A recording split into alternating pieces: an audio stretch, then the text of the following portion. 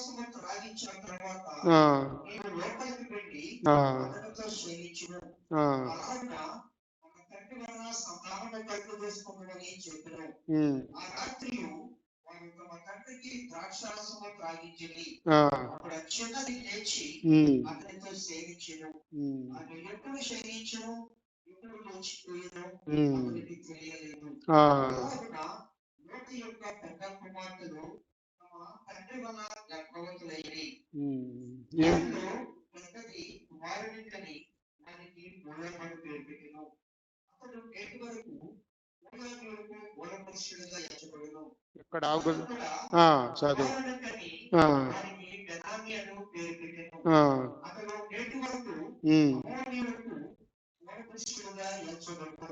మోయాబు చరిత్ర చూస్తే చాలా భయంకరమైనటువంటిది. లోతుకి 2 కుమార్తెలు ఉన్నారు. తర్వాత 2 అక్కా చెల్లెళ్ళు మాట్లాడుకుంటూ లోక మర్యాద చొప్పున మనకు పురుషులు లేడు కాబట్టి తండ్రి దగ్గరికి వెళదాం, తండ్రితో శయనిద్దాం. అయితే ఒక ప్లాన్ ఏం చెబుతున్నారంటే, తండ్రికి ద్రాక్షారసంలో మత్తుది కూడా జబ్బుది కూడా ఉంటుంది. ఆ పానీయాన్ని తాగించి మన తండ్రితో సంసార ధర్మం జరిగిద్దాం అని చెప్పి అనుకున్నారు. చాలా భయంకరమైనటువంటి. తండ్రికి మత్తు పదార్థమైన ద్రాక్షారసాన్ని తాగించి ఒక రాత్రి పూట పెద్దది తన తండ్రితో పాపం చేయటం వలన ఆమె గర్భాన్ని ధరించి మోయాబును కన్నది. మోయాబు చరిత్ర చూశారు కదయ్యా. మోయాబును కన్నది. ఆ ప్రదేశం మోయాబు అంటే పెద్ద కుమార్తె తండ్రితో పాపం చేయటం అనంటే మత్తు పదార్థం ద్రాక్షారసం తాగిచ్చి అతనికి తెలియదు ఏం జరిగిందో కూడా. ఆమె కుమారుణ్ణి కని మోయాబు అని పేరు పెట్టింది. తర్వాత చిన్న కుమార్తె మరలా అదే పాపం చేసినప్పుడు తండ్రితో అక్కడ జరిగిన విషయము ఆమె గర్భవతి అయ్యి ఇక్కడ చూసినప్పుడు ఎవరిని కన్నదమ్మా? చూడండి, ఈ సమయంలో అమ్మోనీయులు మూల పురుషుడు బెన్నమ్మిని కన్నదన్నమాట. భయంకరమైనటువంటి పరిస్థితి. మోయాబు శపితమైనటువంటి ప్రదేశం. మీకు చెప్తున్నా చూడండి, ద్వితీయోపదేశ కాండము 23వ అధ్యాయము 3వ వచనాన్ని చూసినప్పుడు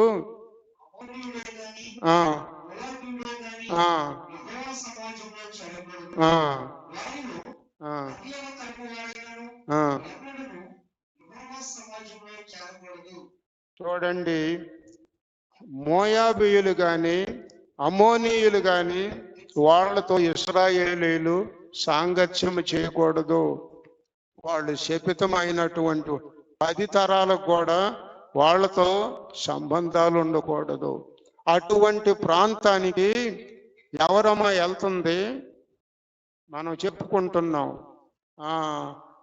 నయోమి ఆ కుటుంబము ఆ ప్రదేశానికి వెళ్ళిపోయింది. ఉండకూడదు. దుష్టుల ఆలోచన చొప్పున నడువక, పాపుల మార్గమున నిలువక, అపహాసకులు కూర్చుండు చోటున కూర్చుండవద్దు. మనం ఎక్కడ కూర్చుంటున్నాం, మనం ఎక్కడ నిలబడుతున్నాం, మనం ఎవరితో సాంగత్యం చేస్తున్నాం. ఒక పని పాట లేనోడంట కుక్క చెవులు పట్టుకున్నాడంట, అది ఎగిరి కరిసిందంట. పని పాట లేనోడు కుక్క చెవులు అవసరమైతే నక్క చెవులు పట్టుకుంటాడు. దేవుని వాక్యానికి విధేయులం అవుదాం. వాక్యం వింటున్నాం, వాక్యానుసారంగా జీవిద్దాం. ఇశ్రాయేలు, నీ భాగ్యం ఎంత గొప్పది. యెహోవా రక్షించిన నిన్ను పోలిన వాడెవడు? దేవుని బిడ్డలుగా ఉన్నాం, ఆయన పాదాల దగ్గర ఉన్నాం. దేవుని చిత్త ప్రకారం బ్రతుకుదాం. ఆయన ఏ విధంగా బ్రతికిస్తాడో ఆయన చిత్త ప్రకారం జీవిద్దాం. దేవుని బిడ్డ చూడండి, అటువంటి శపితమైనటువంటి పెద్ద కుమార్తె తండ్రికి మత్తు పదార్థం ఇచ్చి తన తండ్రితో పాపం చేసి ఫలితం ఏంటో తెలిసి ఆమె గర్భవతి అయ్యి కుమారుని కని మోయాబు అని పేరు పెట్టింది. అదేవిధంగా చిన్న కుమార్తె కూడా చేసింది, బెన్నమ్మి అని పెట్టింది. మాటను మనం చూసినప్పుడు చూడండి, మోయాబు ప్రాంతము శపితమైనటువంటిది. ఇశ్రాయేలీయులు 10 తరాల వరకు కూడా వాళ్ళతో సాంగత్యం చేయకూడదు. వివాహాలు చేసేటప్పుడు అవతల వాళ్ళ చరిత్ర అంతా ఆలోచిస్తారు.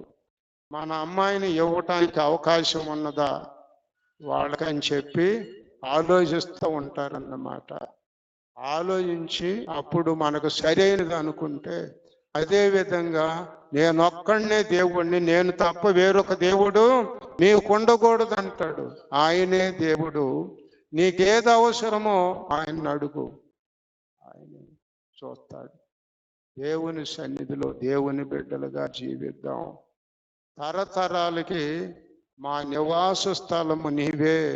నీవు మనుషులను మంటిగా మారుస్తున్నావు. నరులారా తిరిగి రండి అంటున్నావు. తిరిగి రండి అంటున్నావు. దేవుని వాక్యానికి విధేయులం అవుదాం. దేవుని బిడ్డలుగా జీవిద్దాం. చూడండి, మోయాబు శపితమైనటువంటి దేశం.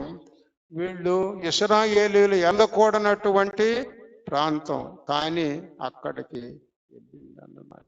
కుటుంబాన్ని తీసుకొని వెళ్ళిపోయింది. ఇంకొక మాట చూస్తే సంఖ్యాకాండము 22 అధ్యాయము 3వ వచనం నుంచి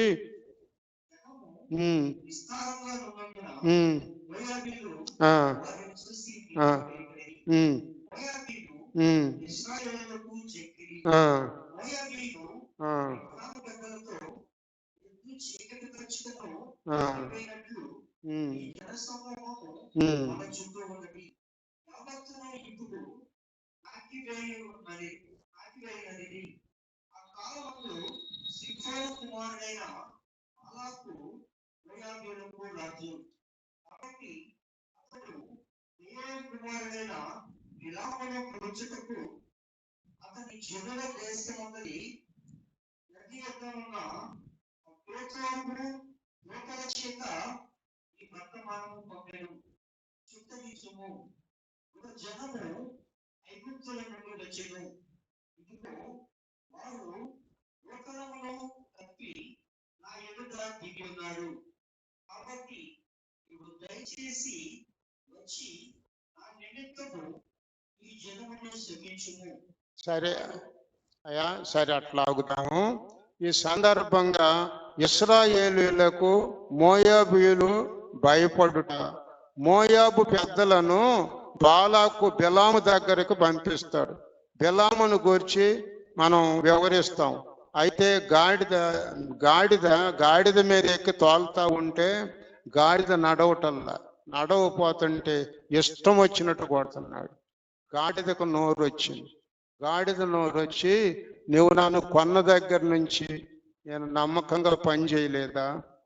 నన్ను ఎందుకంటే కత్తి దూసినటువంటి దూత కనపడతా ఉంది. అందుకని గాడిద వెనకడుగేస్తుంటే గాడిదను కొడుతున్నాడు అన్నమాట.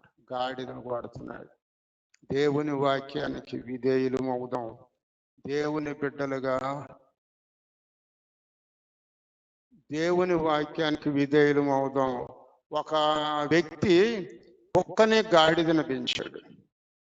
కుక్కని గాడిదను పెంచి చూడండి, ఆ గాడిదను బాగా చూస్తున్నాడని కుక్కను బాగా చూడుతుందా. కుక్కను బాగా చూడకపోతుంటే ఒకసారి రాత్రి పూట ఇంటికి దొంగ వచ్చాడు.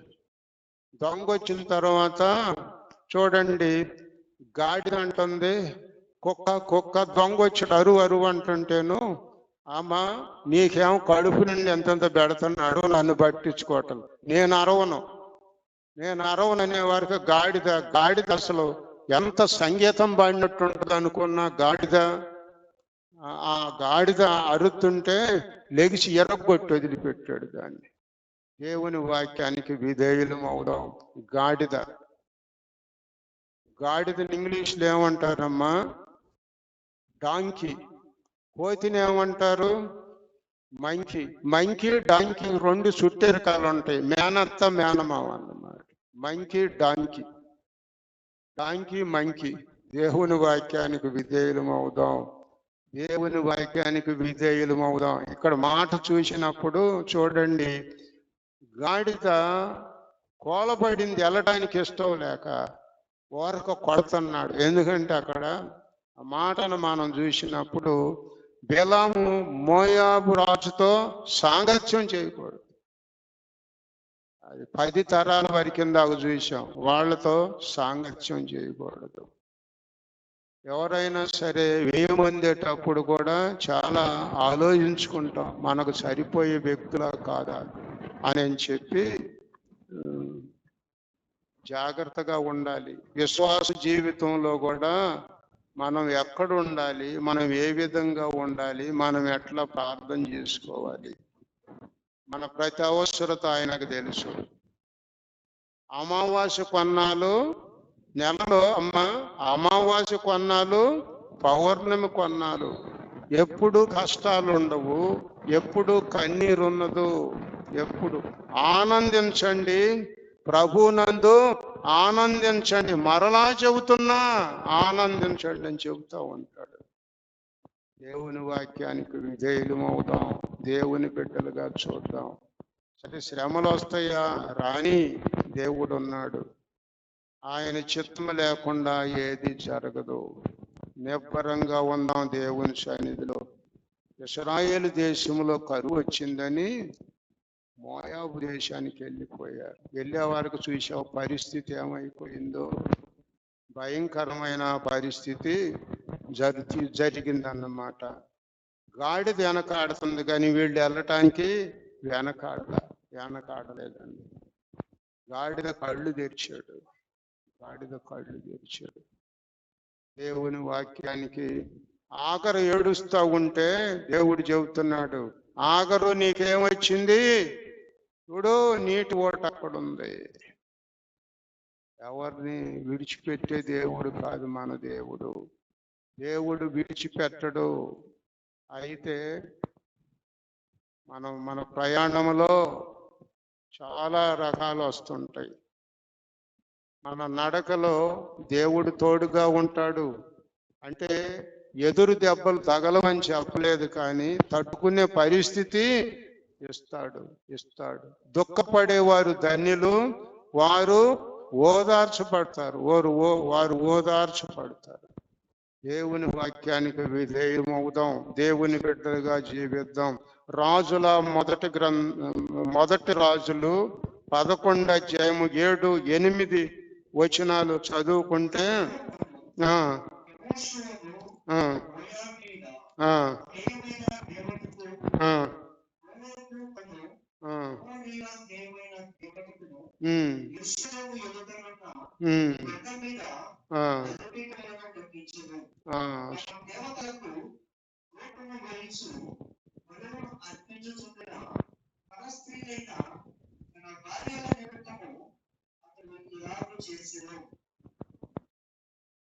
ఒక మాటను మనం చూసినప్పుడు సొలొమోను మహాజ్ఞాని. ఆయన వివాహం చేసుకుంటూ ఎంతమంది భార్యలు చెబుతారమ్మా? అమ్మా ఓరి నాయను, అసలు ఒక పట్టణమే కట్టించాడంట వాళ్ళ కోసం కట్టించాడంట. కొంతమంది వైఫులు నైఫులుగా ఉంటారు. నైఫ్ అంటే తెలుసు కదా. చూడండి, గయ్యాళ్ళితో పెద్ద ఇంటిలో ఉండే కన్నా మిద్దె మీద ఒక్కళ్ళుగా ఉంటాం. దేవుని వాక్యానికి అందరూ గయాలోళ్ళని నేను అన్నాం. వివాహం కూడా దేవుడు ఇచ్చేదే.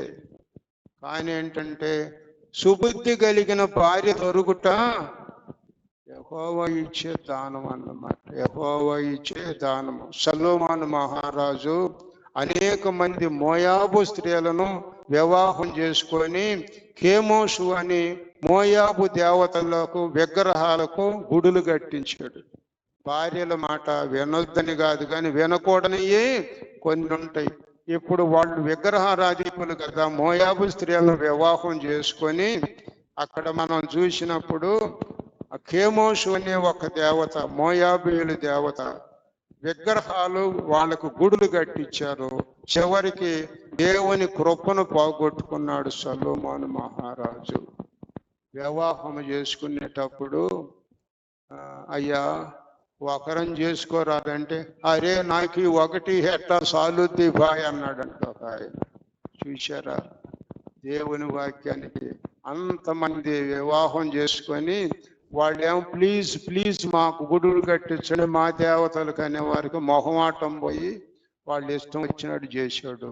చివరికి దేవుని కృపకి దూరం అయ్యాడు. మోయాబు స్త్రీలని వివాహం చేసుకున్నాడు. కేమోషు అనే దేవతను వాళ్ళు పూజ చేస్తారు. దేవతలను పూజ చేస్తారు అన్నమాట. నేను ఒక్కడిని దేవుణ్ణి, నేను తప్ప వేరొక దేవుడు మీకుండకూడదు అని చెప్పి చెబుతా ఉన్నాడు. ఆ విధంగా మనం చూసినప్పుడు చూడండి, మోయాబు చరిత్ర తెలుసుకున్నాం. మోయాబు శపితమైన దేశం అని తెలుసుకున్నాం. బిలాము మోయాబు రాజుతో సాంగత్యం చేయటం చూసాము. సొలొమోను మోయాబు స్త్రీలను వివాహం చేసుకోవటం కూడా చూసాము. అదే విధంగా మనం చూసినప్పుడు ఎలీమెలెకు మోయాబులో కాపురం ఉండటానికి కారణం ఏంటంటే బెత్లెహేములో కరువు వచ్చింది. కీర్తన 73:3 వస్తే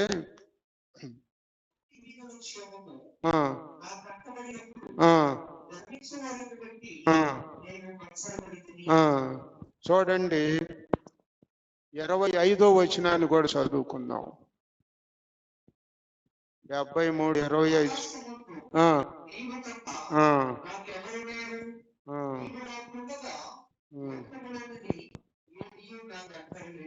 ఇక్కడ చూడండి, బెత్లెహేములో కరువు వచ్చింది.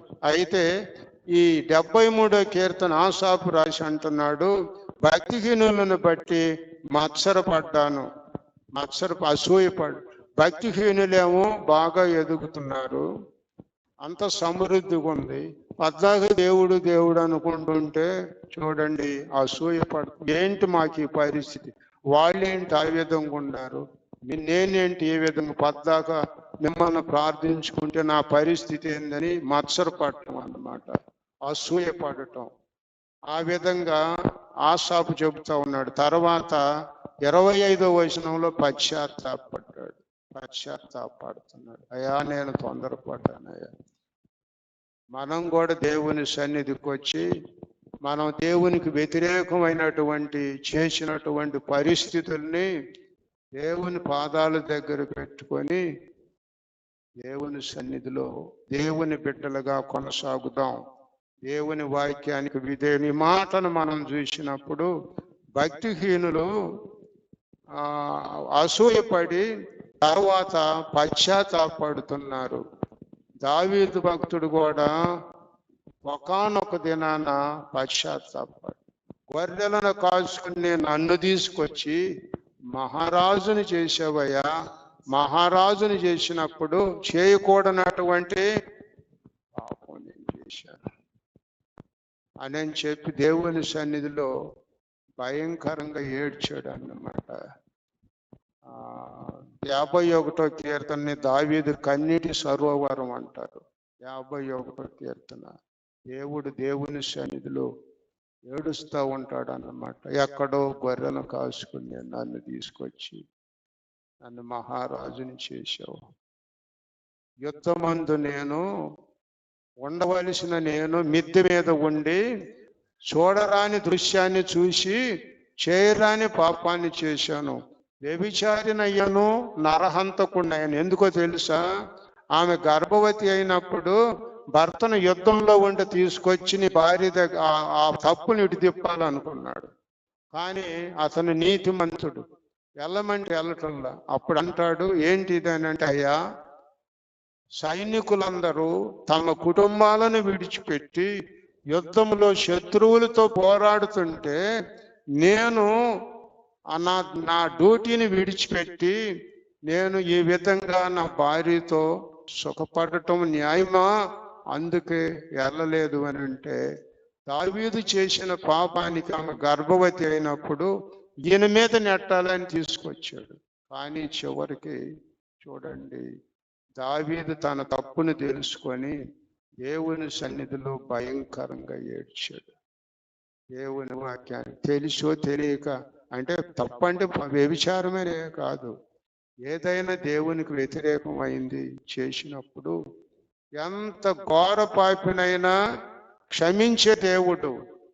ఎంత పాపం చేసినా దేవుని సన్నిధికి వచ్చి, ప్రభువా, అయ్యా నాయనా, ఇదిగో నేను చేశానయ్యా, తెలియక చేశానయ్యా, నన్ను క్షమించు ప్రభు అని అన్నప్పుడు దేవుడు క్షమిస్తాడు.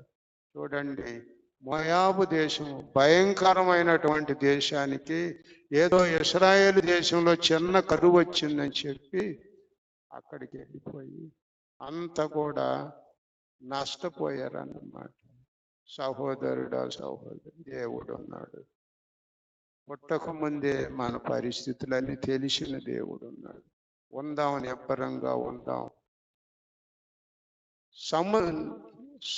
చూడండి, మన నదిలో నీరు ఎప్పుడు ప్రయాణం చేస్తూ ఉంటుంది. ఎంత దూరం పోయినా అలిసిపోతే నీరు వెళ్తూనే ఉంటుంది, ఎంత దూరమైనా. అంతే. చూడండి, నాగలితో భూమిని ఎంతైనా దున్ను, అరిగిపోద్దా? సాలుగా అవుద్దేమో కానీ అరిగిపోదు. విశ్వాస జీవితంలో కష్టాలు వస్తాయి కానీ ఏది కాదు. దేవుని సన్నిధిలో ఆయన వైపు చూద్దాం. కష్టాలు వస్తాయి, రావని దేవుడు చెప్పలేదు.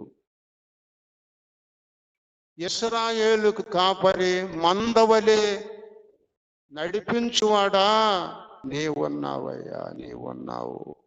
చూడండి, యాకోబుని ఇశ్రాయేలుగా మార్చిన దేవుడు మన దేవుడు. నిన్ను నన్ను కూడా ఎంత గురితెరగపోయినా ఆయన పాదాల దగ్గరకు వచ్చి తండ్రి అని అంటే, చూడండి, కుమారుడు తండ్రిని గాయపరిచాడు, దుఃఖపరిచాడు, ఆస్తి మొత్తం నష్టం చేశాడు, తిరిగి వస్తా ఉన్నాడు. తిరిగి వచ్చే సమయంలో చూడండి, అంత దూరం ఉండగానే పరిగెత్తుకుంటూ వెళ్ళి కుమారుణ్ణి తీసుకొచ్చుకున్నాడు. అది తండ్రి ప్రేమ. తెలుసో తెలియకో మనం దేవుణ్ణి దుఃఖపరిచినా ఆయన తన 2 చేతులు చాపి ఉన్నాడు. జాలి చేత తన హస్తములు చాపి ఉన్నాడు. జాలి చేత తన హస్తములు చాపి ఉన్నాడు. మిమ్ము నాలింగనము చేయగోరి అనిశము కనిపెట్టు. మిమ్ము నాలింగనము చేయగోరి అనిశము కనిపెట్టు.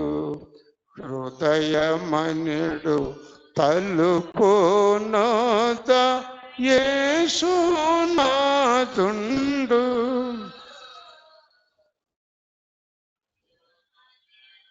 తలుపు నొద్ద యేసునాథ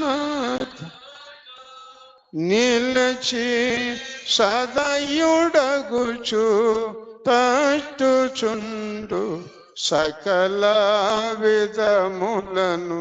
దేవుని వాక్యానికి విధేయులమవుదాం. చూడండి, ఉండకూడనటువంటి ప్రదేశంలో ఆ ప్రదేశానికి వాళ్ళు వెళ్ళారు. అపహాసకులు కూర్చుండే చోటున కూర్చుండవద్దు. మనం ఎక్కడుండాలో అక్కడే. అంత మాత్రాన ఒకరిని ద్వేషించే హక్కు మనకు లేదు, కానీ అదే పరిస్థితుల్లో మనం ఉండవలసినటువంటి స్థలములో మనం కూర్చోవాలి. స్థలములో కూర్చోవాలి. దేవుని బిడ్డలుగా జీవిద్దాం. మోయాబు చరిత్ర. భక్తిహీనులు అభివృద్ధి తాత్కాలికమే. కొంతమంది కొన్ని చెట్లు ఉంటాయి, విపరీతంగా తొందరగా పెరుగుతుంటాయి, కానీ ఒకానొక దినాన అది కూలిపోతుంది. విరుగుట కొరకే విరుగుడు పెరిగిపోతూ ఉంటాయి. కొన్ని ఏమో నిదానంగా పెరుగుతూ ఉంటాయి. దేవుని వాక్యానికి విధేయులం అవుదాం. నిబ్బరంగా ఉందాం. కొత్త కోడలు వచ్చినప్పుడు అందరిని గురించి అవట్లేదు, కానీ వద్దని కొందే చేస్తుంటారు. కాదమ్మా అంటే, అతయ్య ఎన్నాళ్ళు ఆయనకు అన్నావు, అన్నీ చేసావమ్మా, ఇంతవరకు చేసి ఇకనన్నా నేను చూసుకోవద్దా? నిన్ను చూడాలి, ఆయన చూడాలి అని చెప్పి అంటా ఉంటుంది. అడావుడి. దేవుని వాక్యానికి గమనిద్దాం. వార్ప లాంటి కోడలు కాదు కావాల్సింది. ఏ కోడలు కావాలి? రూతు లాంటి కోడలు కావాలన్నమాట. ముద్దు పెట్టుకొని వెనక్కి తిరిగి కొంత దూరం వచ్చి ముద్దు పెట్టుకొని వెనక్కి తిరిగి వెళ్ళిపోయింది. కాదు, ఏమంటుందో తెలుసా? నీ జనమే నా జనం, నేను ఎక్కడికి వెళ్ళను, నీ ఎమటే ఉండాలి. చివరికి నువ్వు మరణించిన కాడే నేను మరణిస్తా. పిల్లలు పెళ్లి చేయాల్సిన వాళ్ళు కొంచెం మీరు ఆలోచించండి. రూతు లాంటి కోడలు కావాలయ్య అని ప్రార్థన చేస్తూ ఉండండి. రూతు లాంటి కోడలు కావాలయ్య మాకు. వార్ప లాంటి కోడలు ఏమో అడావుడి చేసిద్ది, వెళ్ళిపోతూ ఉంటుంది. రూతు లాంటి కోడల కోసం ప్రార్థన చేయండి. నేను మన సముద్రాలతో కూడా ఇందాక అంటున్న 3 కొడుకులు అయితే బాగుండేదయ్యా, ఇద్దరినే కన్నావు. 3 కోడళ్ళు వచ్చేవాడు. ఆ రకంగా అయితే బాగుండేది. సీనయ్యకేమో 1 కోడలే వచ్చింది. చూడు, 3 అయితే బాగుండేది. 3 కన్నట్టు అయితే పోయేది. దేవుని వాక్యానికి విధేయులం అవుతాం. దేవుని బిడ్డ దేవుడు మంచి కోడలనే పంపిస్తాడు, ఇబ్బంది ఏం లేదు. ప్రార్థన చేస్తూ ఉంటాం. ప్రార్థన చేసుకుంటూ దేవుని బిడ్డలుగా జీవిద్దాం. ఈ విధంగా మనం చూసినప్పుడు భక్తిహీనులు అభివృద్ధి చెందుతారు, కానీ అది వాళ్ళ అభివృద్ధి తాత్కాలికమే. కానీ దేవుని బిడ్డలు నెమ్మదిగా ఎదుగుతూ ఉంటారు. అడావుడి పడితే కాదు, నెమ్మదిగా దేవుని సన్నిధిలో. ఒక ఆయన కొత్తగా బాప్తీసం తీసుకొని తెల్లారుజామున ప్రార్థన చేస్తుంటే ఆర్చి దగ్గరికి వినపడేది. ఓరిన నిజంగా మేము చూసాం ఒకసారి. ఆర్చి దగ్గరికి మగవాళ్ళందరినేమో అయ్యా, ఆడవాళ్ళందరినేమో అమ్మ. చూశారా? ఆ విధంగా చేసిన ఆయన ఇప్పుడు అసలు అడ్రస్ లేకుండా పోయాడు. ఎప్పుడు కూడా ఒకే విధంగా ఉండదు. ఒక్కసారి దేవుణ్ణి అంగీకరించిన తర్వాత చూడండి, రూతు వెనుతిరిగి చూడలా. నీ కోసం తన అత్తగారిని గురించి ఆలోచించి వృద్ధాప్యములను నేను పోషించాలి. దేవుని వాక్యానికి విధేయులమవుదాం. దేవుని బిడ్డలుగా జీవిద్దాం.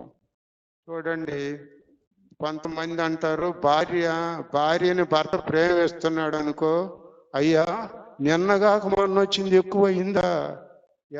నిన్నగాక మొన్న వచ్చింది ఎక్కువైంది అంటే ఎక్కువైందంటే ఏంటి? దేవుని వాక్యానికి విధేయులం అవుదాం. లేదు, అత్తగారు కోడలను కూతురులాగా చూడాలి. కోడలు అత్తగారిని తల్లిలాగా చూడాలన్నమాట. ఆ విధంగా ఉండాలి దేవుని సన్నిధిలో. దేవుని బిడ్డలుగా జీవిద్దాం. దేవుడు ఈ కొద్ది మాటలు దీవించి ఆశీర్వదించునుగాక.